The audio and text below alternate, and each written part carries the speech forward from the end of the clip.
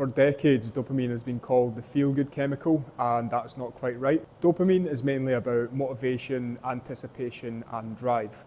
It's what gets you moving towards a goal, not the reward itself, but the pursuit of that. When dopamine is high, you feel focused, motivated, and capable. You want to start new things and you actually follow through. But when it's low, even tasks you feel like you should be doing feel like a massive effort. That lack of drive is often low dopamine. Cold immersion produces one of the largest natural sustained dopamine increases available to the human body. Research, including work from the Huberman lab at Stanford, has shown that cold water immersion can produce dopamine increases of up to 250% above baseline. That is quite significant. However, what makes it particularly valuable is the duration. The dopamine elevation after cold immersion is sustained, lasting several hours after the session ends. This is why most people report feeling more productive after an ice bath. Their chemistry is different. They're operating on an elevated level of dopamine for several hours. The cold activates the dopaminergic pathways through a sequence of physiological events.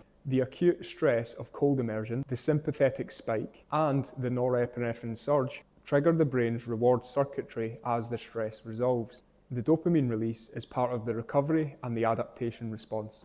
Over repeated sessions, your brain begins to associate the ice bath with the post-exposure state.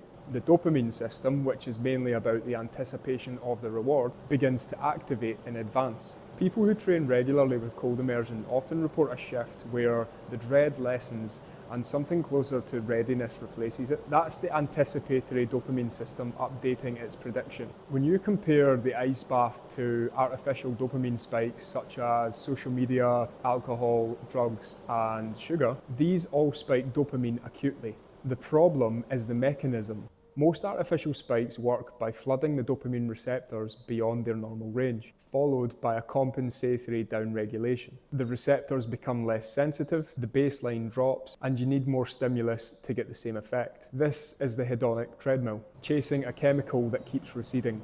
Now, cold immersion works differently. It doesn't flood the receptors artificially. It triggers the body's own production through its stress and adaptation cycle. The receptors remain sensitive, and your baseline can actually shift upwards over time, not down. This is why contrast therapy as a daily practice has a cumulative effect on mood and motivation. This isn't available from most dopamine sources. The sauna also contributes to the dopamine picture.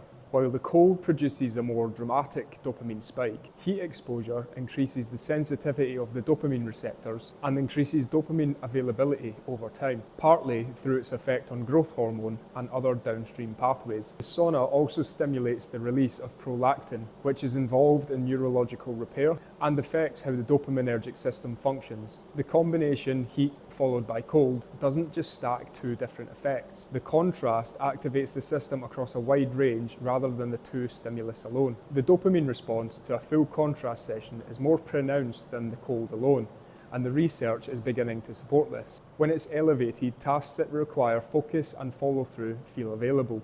When it's suppressed by poor sleep, sedentary days, and artificial spikes and crashes, the same tasks feel out of reach. Using contrast therapy first thing in the morning means you're beginning your day with elevated dopamine levels. You're not spending the first 2 hours of your day trying to find the motivation. You've already loaded your system with the chemistry that motivation runs on. This is the practical case for morning contrast therapy sessions. Not discipline, not willpower, but chemistry deliberately activated.